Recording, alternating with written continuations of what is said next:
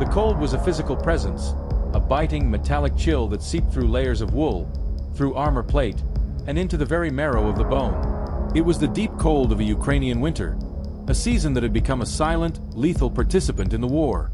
In the inky blackness of a forest stripped bare by frost, a man known only as Korsar lay perfectly still, his breath pluming in faint, ghostly clouds that were instantly snatched away by the slight breeze.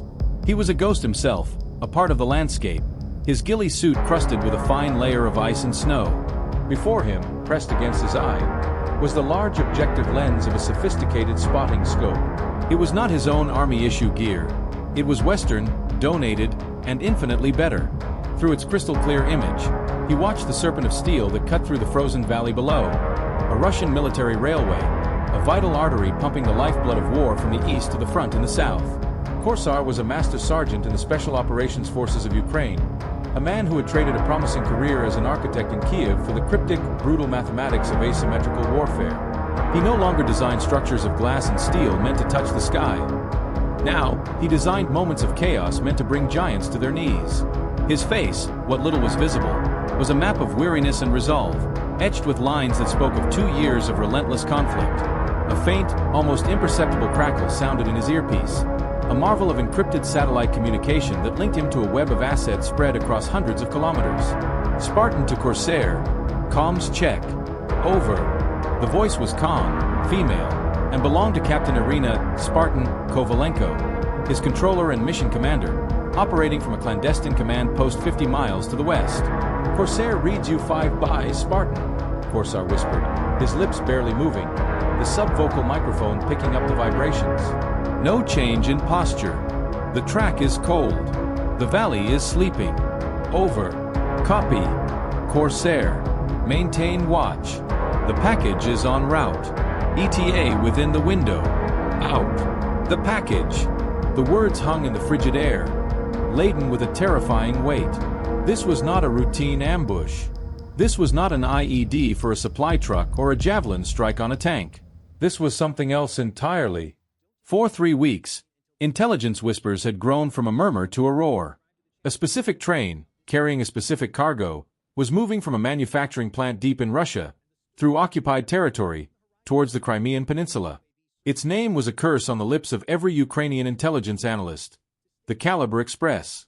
It was rumored to be carrying not just a few, but dozens of 3M54 caliber cruise missiles. The very weapons that had rained down on apartment blocks in Vinnytsia, on shopping malls in Kiev, on power stations that left millions shivering in the dark. Each missile on that train represented potential death for dozens, perhaps hundreds, of his countrymen. Destroying it wasn't just a tactical objective, it was a moral imperative. But hitting a moving, heavily guarded train in deep rear area was a problem that had vexed them for days. Artillery was imprecise at this range. A drone strike couldn't carry enough payload. A sabotage team couldn't get close enough to the constantly shifting route. The solution, when it came, was as audacious as it was desperate. They would use the Kremlin's own weapons against them. Korsar's team, call sign Storm, had been inserted a week ago. Their mission, to laser designate the train at the perfect moment, in the perfect place, for a weapon that had never been used in such a way before. They were the tip of the spear for an operation codenamed Prometheus, aiming to bring fire from the heavens. The designated kill zone was a few kilometers ahead of his position, a curved section of track where the train would have to slow slightly, hemmed in by a steep rocky embankment on one side and a frozen river on the other. It was the only place for miles where the surrounding hills were low enough to allow a clear line of sight for the guiding beam, yet the terrain offered enough cover for a small team to hide. His 2 spotter teammates, Beria and Viter, were positioned further down the valley, their scopes also fixed on the tracks. They were young, fierce, and utterly dependable. They had been with him since the first chaotic days of the invasion, their youth sanded away by combat, leaving behind a core of hardened veteran instinct. Hours bled into one another. The cold became a dull, aching throb in his extremities.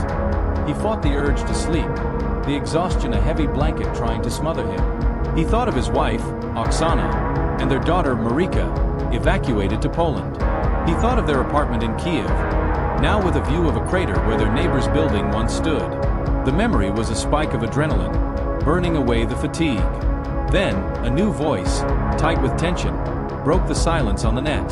It was Veter. Corsair. Veter. Contact. I have a thermal signature. Bearing 085. Range approximately 15 kilometers. Single source. Big. Over.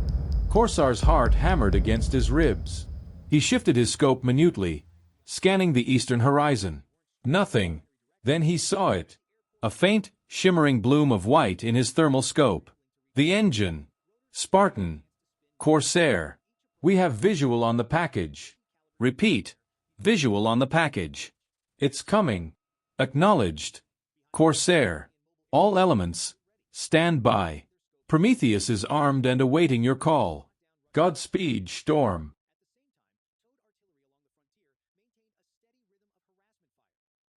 The bloom grew larger, resolving into the distinct shape of a powerful diesel-electric locomotive.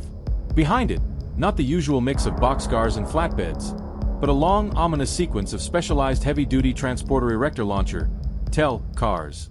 They were massed under tarpaulins, but their distinct, elongated shapes were unmistakable. Even from this distance, the thermal signatures of the missiles themselves were faintly visible through the canvas, like slumbering dragons. And then the escorts.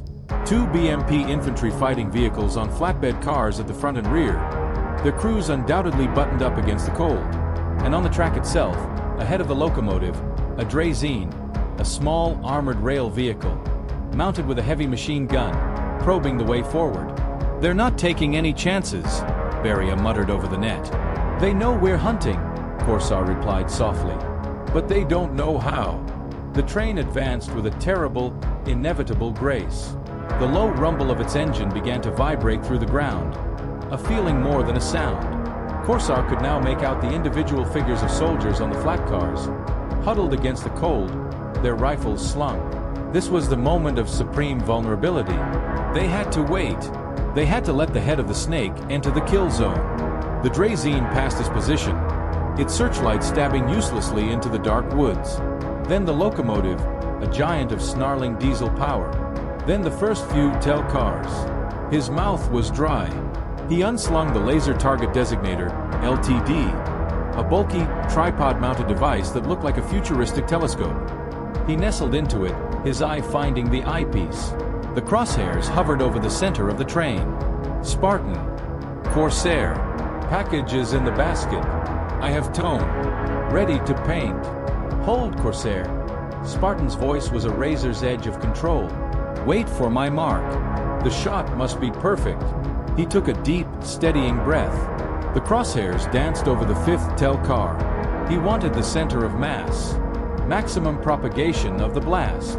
The train was now fully in the curve, its speed dipping slightly as the engineer navigated the bend.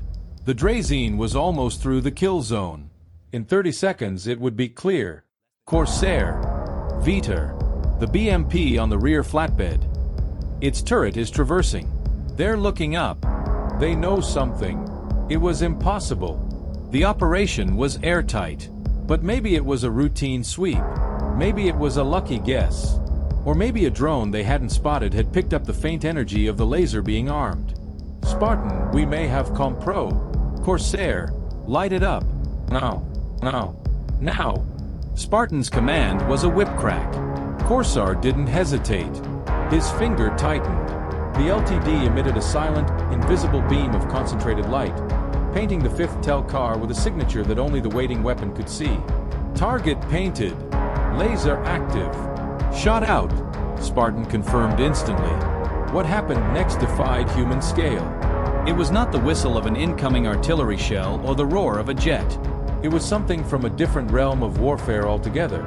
From the western sky, descending at an angle so steep it seemed to defy physics, came a meteor. It was a hypersonic streak of light and fury, traveling at Mach 5. It was a Kinzhal missile, one of Russia's most prized hypersonic air-launched ballistic missiles, reputed to be unstoppable.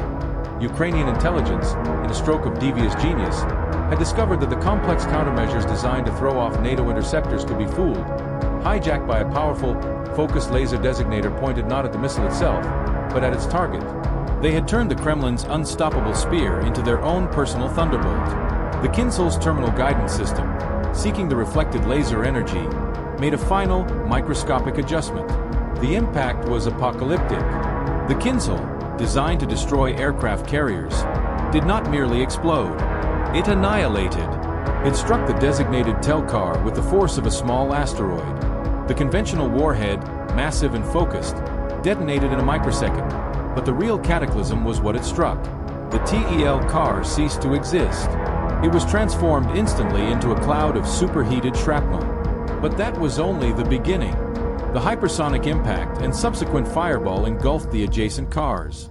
The Caliber missiles, nestled in their launch tubes, were not inert metal. They were complex machines filled with high-energy fuel and high-explosive warheads.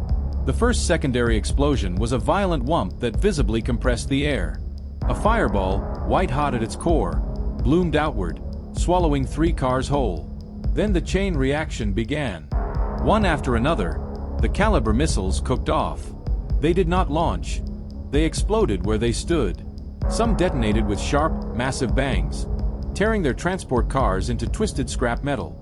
Others, their fuel igniting, created colossal jets of fire that shot hundreds of feet into the air, incinerating everything in their path. The sound was not a single noise but a symphony of destruction. A deep, rolling thunder of continuous explosions punctuated by the sharper, more violent cracks of warheads letting go. The shockwaves hit Corsair like physical blows, even from 2 kilometers away, rattling his teeth and pressing him into the frozen ground. The train engine was lifted from the tracks like a toy and thrown onto its side, its fuel tanks rupturing and adding a river of burning diesel to the inferno. The BMPs on the flatbeds were tossed into the air, landing as burning wrecks. The soldiers on board had no chance. They were vaporized, or if they were lucky, killed by the concussive force before the fire could claim them. The Drazen, which had almost cleared the zone, was hit by a piece of flying debris the size of a car, catapulting it into the frozen river where it sank instantly. The valley was no longer dark. It was brighter than noon. A pillar of fire, a miniature sun, roared into the night sky, illuminating the swirling smoke and steam in hellish shades of orange and red. The heat was immense, a furnace blast that reached across the distance, momentarily fighting back the winter chill. Pieces of metal, some still burning, rained down for hundreds of meters, clanging off trees and hissing as they landed in the snow.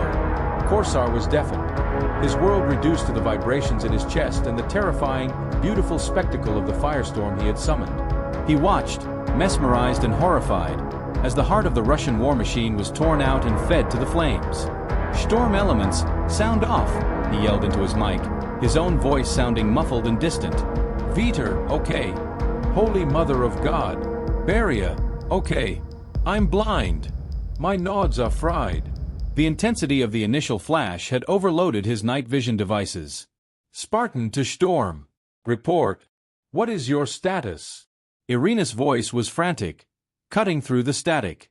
"Storm is intact, Spartan. The package,